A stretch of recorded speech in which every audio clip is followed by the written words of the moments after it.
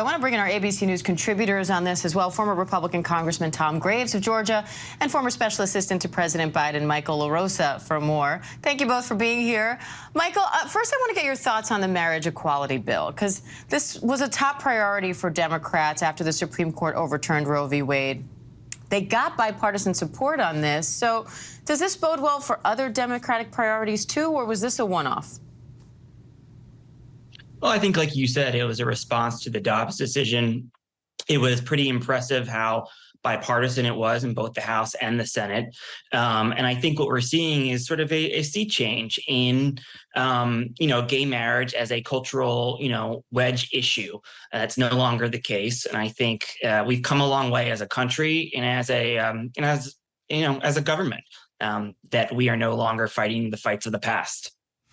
Now, Tom, 12 Republicans joined every Democrat to pass this bill. So does this demonstrate anything about the party's ability to work together as they head into a mixed Congress next year?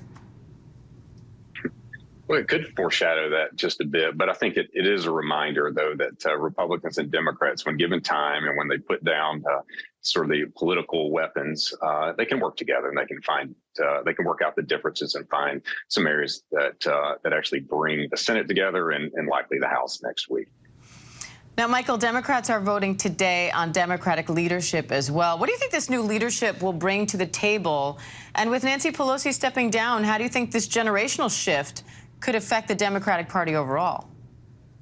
Well, it's an important moment for House Democrats. I think the current leadership has been around or in leadership for the Democrats since I was in high school. So it's exciting to see. It's a young, diverse, pragmatic, relatively moderate leadership team the House Democrats are bringing in. And their chief goal will be to unite and hold the diverse caucus together in the successful way that Nancy Pelosi has done for so long, in addition to sort of filling those big, footsteps that she leaves when it comes to raising money and returning Democrats to power, which she did twice.